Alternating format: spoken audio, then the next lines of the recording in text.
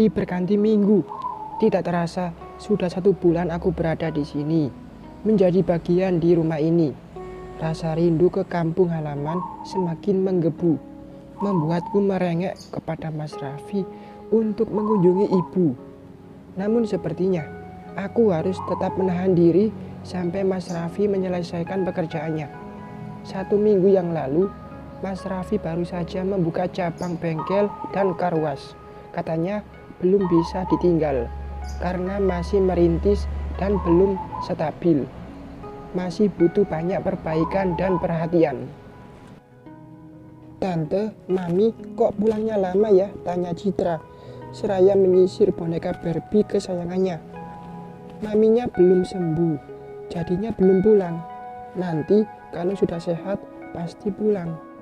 "Tapi Cici kangen Mami," ucap gadis itu mengerutkan bibir.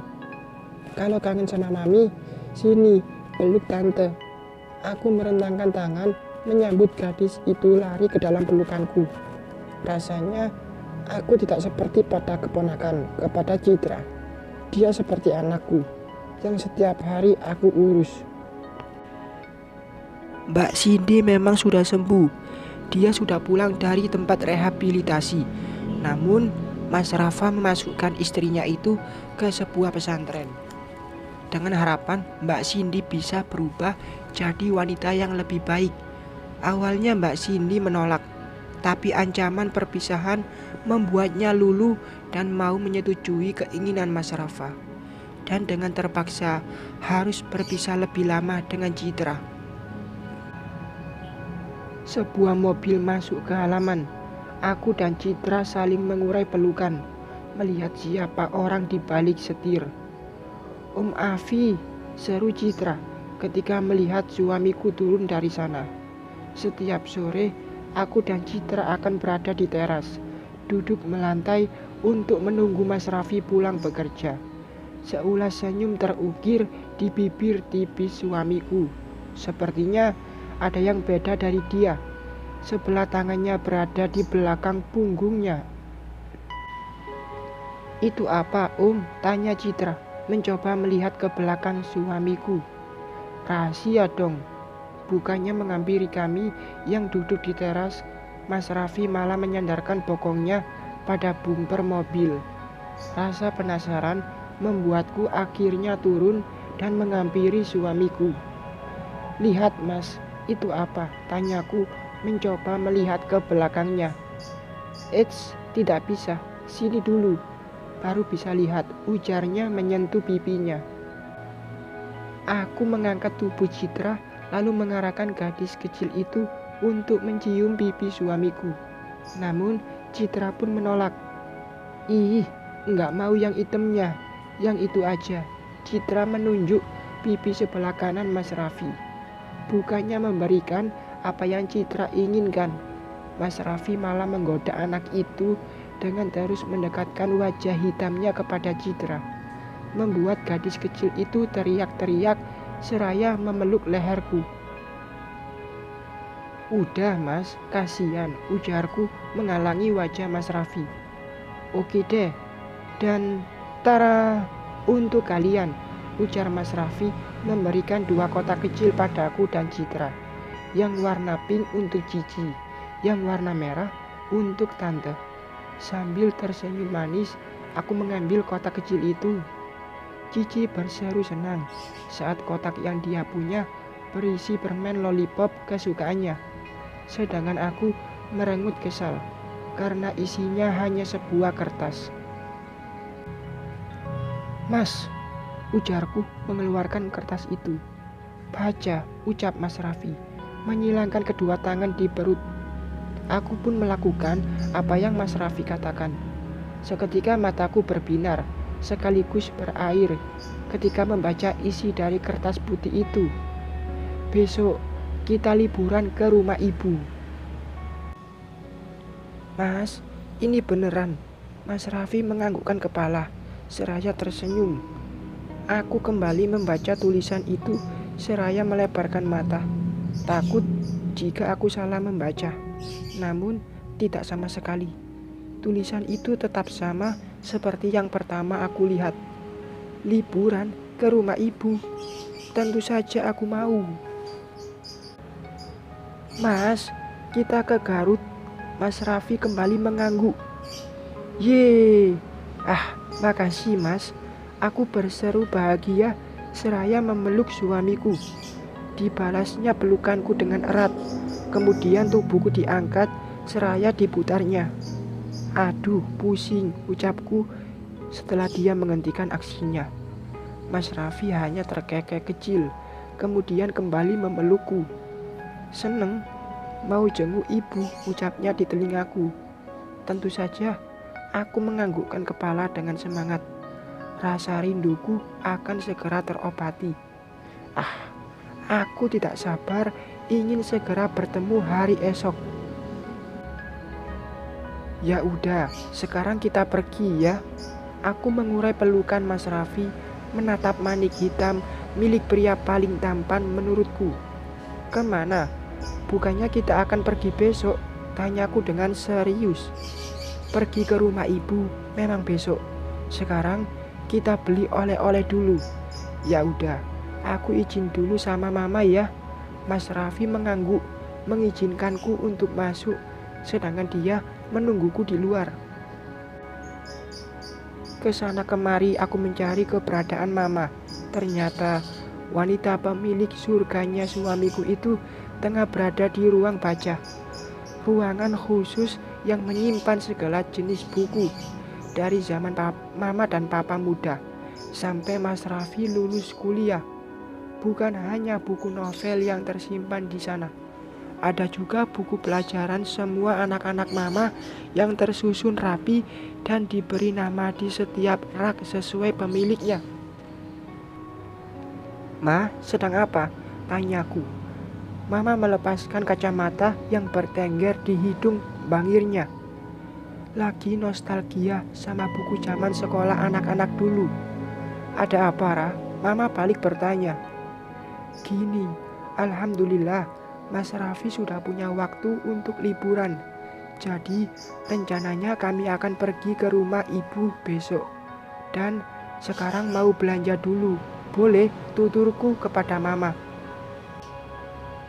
Seketika mama mengerutkan kening menatapku. Boleh dong, masa tidak boleh? Asal ada syaratnya. Apa itu? Tanyaku sedikit kaget. Kamu, tunjuk mama di dadaku. Harus kembali lagi ke sini. Pasti. Aku mengangguk cepat dengan senyum yang mengembang. Tidak ada alasan untuk tidak kembali. Aku bagian dari rumah ini dan ini tempatku pulang sekarang. Sedangkan rumah ibu, rumah keduaku setelah rumah suami. Ya udah, Raya ambil tas dulu ke atas ya, ucapku membuat mama mengangguk. Setelah mendapatkan izin dari mama, aku pergi ke kamarku untuk mengambil tas. Iseng, aku ingin melihat keberadaan suamiku dari balkon kamar. Ternyata dia masih berada di tempat yang sama. Duduk di bumper mobil seraya memainkan ponsel. Kupandangi dengan lekat wajah itu dari kejauhan. Sungguh tidak ada penyesalan dalam keputusanku untuk mengabdikan hidup padanya. Bukan karena dia kaya raya, tapi dia yang memiliki kesabaran dan keimanan, juga keluarga yang memiliki keluasan hati. Buktinya, Mama dan Papa tidak menyuruh Mas Rafa untuk menceraikan Mbak Cindy yang jelas-jelas sudah mencoreng nama baik keluarga.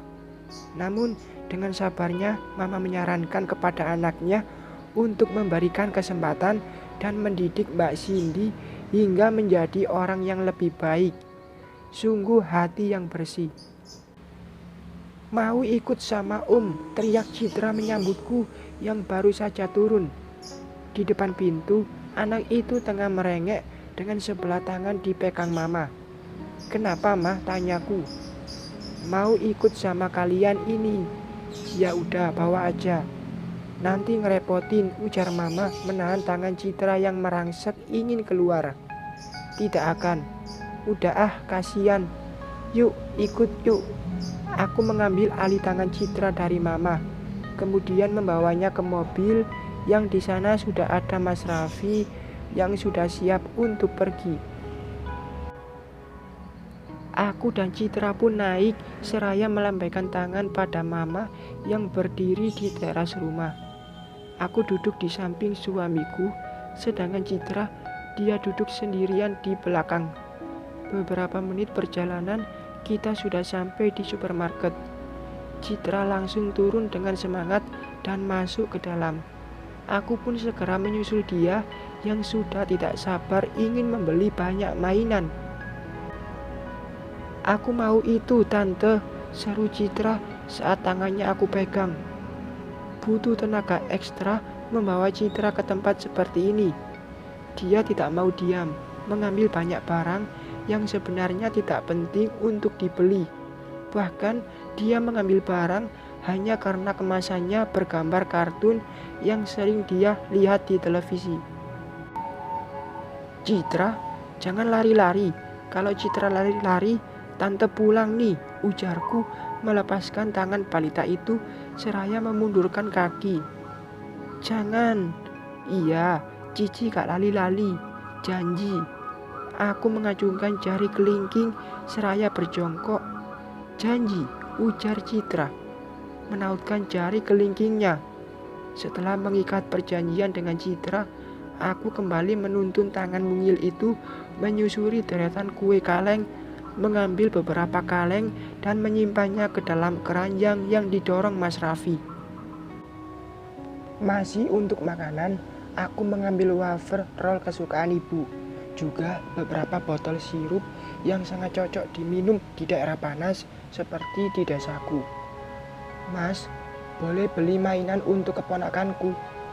Aku membalikkan badan bertanya pada suamiku. "Boleh, ambil saja." Setelah mendapatkan izin, aku dan Citra langsung pergi ke tempat mainan. Di sini Citra bersorak seraya menunjuk boneka Barbie yang jadi favoritnya. "Yang mana, Ci?" tanya Mas Raffi kepada keponakannya. "Yang baju pink," ujar Citra menunjuk boneka yang paling besar. Aku hanya tersenyum seraya menggigit jari ketika mata Mas Raffi membulat melihat Citra dan boneka itu bergantian. "Ini besar sekali, Ci, berat gendongnya," Mas Raffi protes. "Biarin," rengek Cici seraya menghentakkan kaki. "Oke, gak apa-apa, kita ambil. Jangan nangis," ujar Mas Raffi lagi. Tidak ingin menjadi perhatian orang lain gara-gara Citra yang merajuk. Setelah mengambil boneka untuk Citra, aku memilih dan mengambil 2 boneka beruang untuk keponakan perempuanku dan mengambil mainan mobil-mobilan untuk keponakan laki-lakiku. "Kayaknya udah deh, Mas." "Udah, ya udah. Kita bayar ke kasir." Untuk mainan biar aku yang bayar ya." "Aku tidak enak, masa Mas terus yang bayarin? Ini kan untuk keponakan-keponakan aku," ucapku membuat Mas Raffi mengerutkan kening. "Terus kenapa? Kalau untuk keponakanmu sama saja kan? Udah, biar satu ini saja semuanya. Aku yang bayar." Mas Raffi mendorong troli belanja yang sudah penuh. Aku segera mengejarnya. Bagaimanapun juga, aku ingin membelikan saudara-saudaraku dengan uangku sendiri. Meskipun memang tetap dari Mas Raffi asal mula uangnya. Akan tetapi, aku merasa tidak enak jika semuanya dibayarin suamiku itu. "Mas, kali ini saja. Kasihan uangku. Dia kesepian, tidak tersentuh," ucapku, membuat sebelah alis Mas Raffi terangkat. "Kesepian? Mulai sekarang setiap saat akan aku sentuh, biar kamu tidak kesepian," bisik Mas Raffi membuat bulu kuduku meremang.